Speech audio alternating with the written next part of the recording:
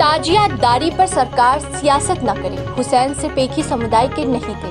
आज बहुजन मुस्लिम महासभा के कार्यालय बालागंज में ताजियादारी को लेकर प्रेस कॉन्फ्रेंस आयोजित की गई, जिसमें बहुजन मुस्लिम महासभा के राष्ट्रीय अध्यक्ष वली मोहम्मद ने कहा कि शासन प्रशासन सिर्फ एक समुदाय को टारगेट करती है। सरकार लगातार कोविड-19 के आड़ में मुस्लिम समुदाय पर प्रहार कर रही है, जो बर्दाश्त से बाहर है।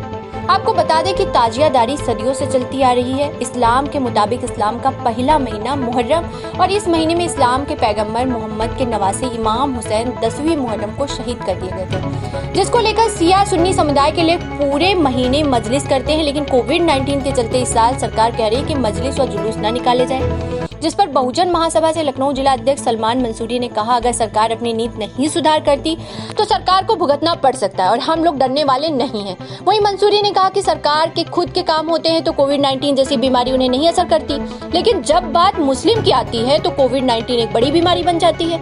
मंसूरी ने कहा, मुझे याद है भारतीय जनता पार्टी का एक ही नारा है, सबका साथ सबका विकास, और संविधान भी मुझे हक मांगने की इजाजत देता है। इसलिए सरकार विमर्श करे कि मुहर्रम के जुलूस पर, वरना सरकार को भुगतना पड़ सकता है इसका अंजाम। मैं आपके चैनल, आप लोगों के चैनल के माध्यम से मैं देश की जनता को एक मैसेज पहुंचाना चाह रहा हूं। जो इस तरीके से माहौल इस समय हो रहा है, खासतौर उत्तर प्रदेश का, योगी सरकार का, कि ये मुहर्रम का महीना है। आज मुहर्रम की पहली तारीख है और मुस्लिम जंतरी के हिसाब से साल का पहला महीना और पहला दिन है, और जो ये पर्व आता है ये शहीदी का पर्व है और गमी का महीना होता है ये, और सदियों से सिलसिला ये चला है। दादा परदादाओं ने इस पर्व को मनाया है। आज जो भारतीय जनता पार्टी के मुख्यमंत्री योगी आदित्यनाथ बैठे हुए उत्तर प्रदेश में हुकूमत किए हैं, वो बदले की भावना से काम कर रहे हैं। इस चीज को लेके ये कॉन्फ्रेंस है। इस तरीके से बदले के काम कर रहे हैं। मतलब मंदिर होगी तो अलाउ है, पर्व हिंदू में कोई पर्व है उसमें सब चीजें अलाउ हैं, लेकिन मुस्लिम अगर है तो उसके लिए डेडलाइन दी जाती है कि ताजिया रखोगे तो जेल जाओगे। ये बदले की बात। आप कहीं दिखा दीजिएगा कब है गणेश चतुर्थी, आपको पता लग जाएगा।